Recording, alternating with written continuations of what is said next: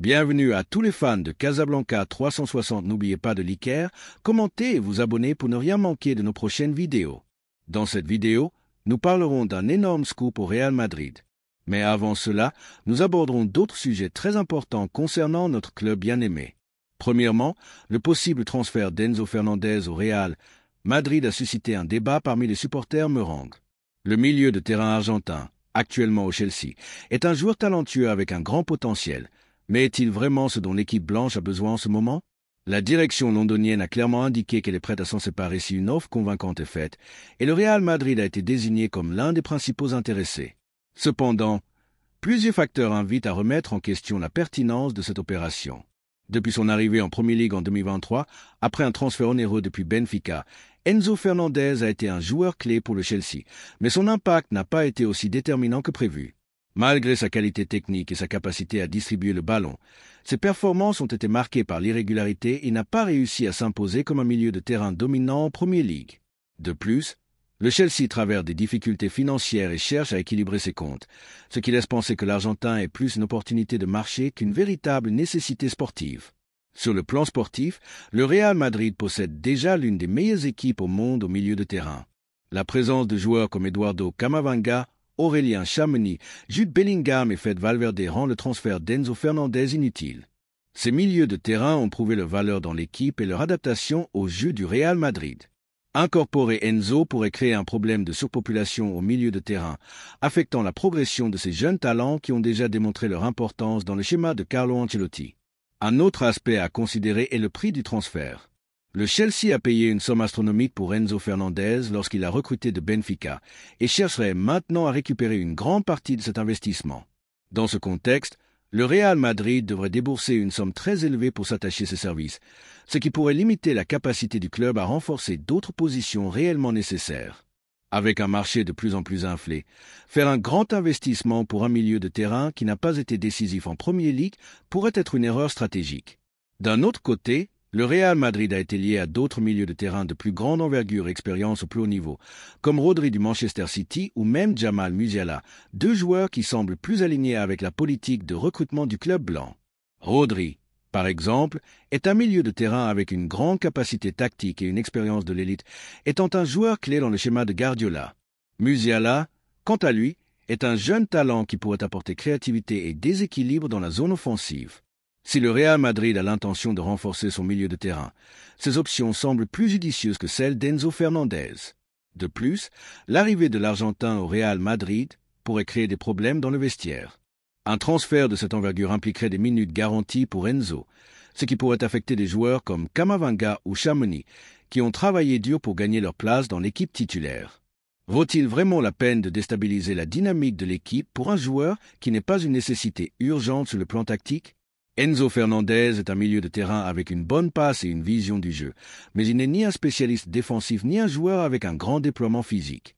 Son style de jeu pourrait ne pas tout à fait correspondre à ce que recherche le Real Madrid pour l'avenir de son milieu de terrain.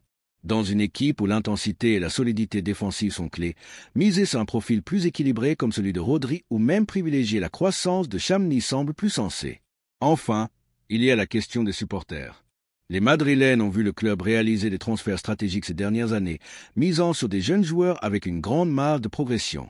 L'incorporation d'Enzo Fernandez, en revanche, pourrait susciter des doutes parmi les supporters du club, surtout si cela implique une dépense disproportionnée qui limite d'autres mouvements sur le marché. La décision finale appartiendra à Florentino Pérez et sa direction, mais les supporters ont aussi beaucoup à dire dans ce débat. La deuxième nouvelle concerne une décision très importante pour l'avenir du club. Le Real Madrid continue d'imposer sa domination sur le marché sud-américain et a mis la main sur Franco Mastantuono, la dernière pépite émergée de River Plate. Le milieu offensif de seulement 17 ans a suscité l'intérêt de plusieurs géants européens, mais c'est le club blanc qui mène réellement la course dans ces compétitions. Des clubs de Premier League comme Arsenal, Liverpool et Chelsea se sont également renseignés sur lui, mais tout ça que lorsque le Real Madrid entre dans la course, les chances des autres diminuent considérablement. Cependant, cela soulève un grand débat. Est-il vraiment nécessaire de recruter Mastantuono en ce moment? Avec l'arrivée d'Endrick en 2024 et une équipe déjà remplie de jeunes étoiles, le besoin de renforcer le poste de milieu offensif semble discutable. Le Real Madrid a démontré être le meilleur club du monde lorsqu'il s'agit de détecter et de recruter de jeunes talents. Mais il est également vrai que tous les joueurs ne finissent pas par triompher au club. Mastantuono est-il un talent générationnel qui mérite un investissement immédiat, ou serait-il un transfert inutile dans une équipe qui a déjà couvert ses positions offensives avec des joueurs de très haut niveau? L'ascension météorique de Mastantuono à River Plate a été impressionnante.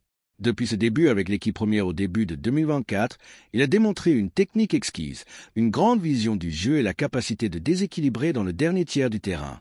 Il n'est pas surprenant que plusieurs des principaux clubs d'Europe le suivent de près. Arsenal et Liverpool le voient comme une pièce clé pour rajeunir leurs effectifs, tandis que le Chelsea, toujours attentif aux talents sud-américains, a commencé à tâter le terrain.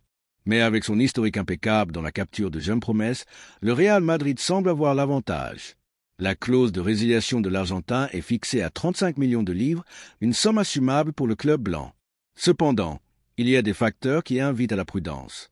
Le Real Madrid compte déjà des joueurs comme Jude Bellingham, qui a fait sien le poste de milieu offensif avec un rendement extraordinaire.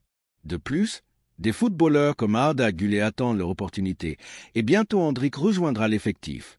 Vaut-il la peine d'investir dans un autre milieu offensif alors qu'il y a déjà tant de talent à ce poste? Ce type de mouvement doit être analysé avec soin. L'histoire récente du Real Madrid avec les transferts sud-américains a été couronnée de succès dans de nombreux cas, mais elle a également montré que tous ne parviennent pas à triompher au club. Vinicius et Rodrigo ont su se faire une place après des années de travail et d'adaptation, mais d'autres joueurs sont passés sans laisser de traces. Régnier, par exemple, est arrivé comme une grande promesse mais n'a pas réussi à s'imposer, et son avenir au club semble de plus en plus incertain.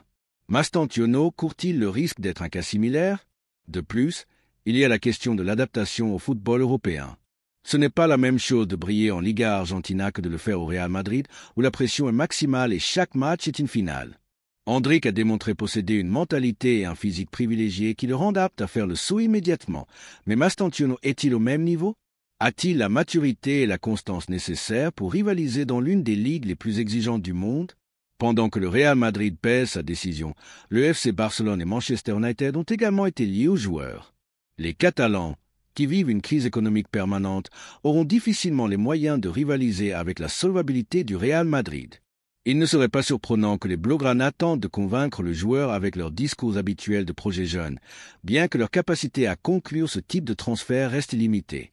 D'un autre côté, Manchester United, plongé dans une reconstruction interminable, pourrait être une option, bien que son instabilité ne le rende pas très attractif pour une jeune promesse. River Plate, de son côté, tentera de retenir sa pépite le plus longtemps possible, mais c'est que son avenir est en Europe. Avec la clause de résiliation fixée à 35 millions de livres, le club argentin n'a pas beaucoup de marge de manœuvre si un géant européen décide d'exécuter l'achat. Cependant, depuis le Real Madrid, ils doivent se demander si c'est le bon moment pour réaliser l'opération. La grande question est, cette dépense en vaut-elle la peine avec une équipe déjà remplie de jeunes talents? Certains Madrilènes pensent que la priorité devrait être de renforcer d'autres positions, comme le milieu de terrain ou le poste de latéral droit. Bien que Mastantuono soit un joueur avec un grand potentiel, le club doit évaluer s'il s'intègre réellement dans les plans à court et long terme du Real Madrid. Seuls les meilleurs triomphent au Real Madrid et toute décision de transfert doit être prise avec intelligence et vision stratégique. Les Madrilènes ont la parole. Le club doit-il miser sur Franco Mastantuono ou se concentrer sur d'autres besoins plus urgents? Est-ce une opportunité de marché ou un transfert inutile? L'histoire continue de s'écrire et comme toujours, le Real Madrid a le pouvoir de décider de son propre destin. La troisième nouvelle concerne une offre folle pour une star du Real Madrid. Le Manchester City est prêt à battre tous les records avec une offre absolument colossale pour Federico Valverde. Selon des informations en provenance d'Angleterre, le club dirigé par Pep Guardiola a préparé une proposition de 270 millions pour tenter de recruter l'Uruguayen à l'Etihad Stadium, une somme qui mettrait à genoux pratiquement n'importe quelle équipe du monde.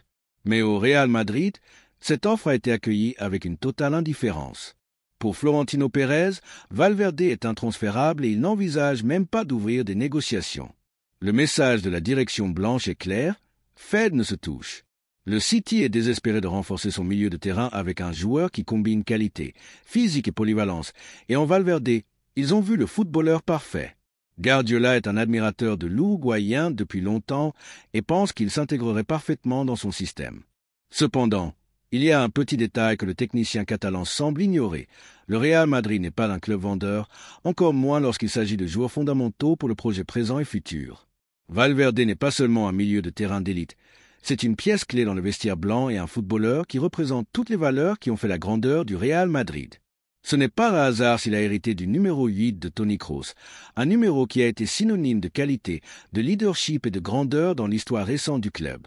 Sa capacité à jouer à différents postes, son déploiement physique impressionnant et sa mentalité de gagnant en ont fait un pilier de l'équipe.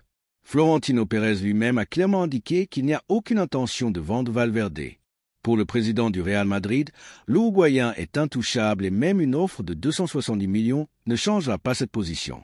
À Valdebebas, ils sont clairs, Valverde est un joueur du présent et du futur, et aucune somme d'argent ne peut compenser son départ.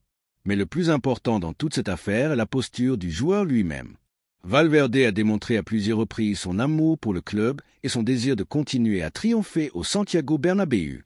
Face aux rumeurs sur l'offre du City, il a été catégorique. Tout n'est pas une question d'argent. Alors que d'autres joueurs pourraient être tentés par un salaire 4 fois supérieur à celui qu'ils reçoivent au Real Madrid, Fed a les idées claires. Sa priorité est de continuer à écrire son histoire dans la capitale espagnole. Et c'est que l'Uruguayen a parfaitement compris ce que signifie porter le maillot blanc. Il a vécu des moments de gloire, a remporté des titres et a su souffrir dans les moments compliqués. Ce n'est pas un joueur qui cherche des raccourcis ou qui se laisse séduire par les offres millionnaires qui arrivent d'autres clubs. Il sait que le Real Madrid est la meilleure équipe du monde et que rien ne peut se comparer à lever des titres au Bernabéu. Le cas de Valverde est un exemple de ce que signifie la loyauté dans le football moderne, à une époque où de nombreux joueurs privilégient les contrats millionnaires et cherchent à partir en courant vers le premier club qui fait une offre. Fed démontre qu'il y a des valeurs qui comptent encore.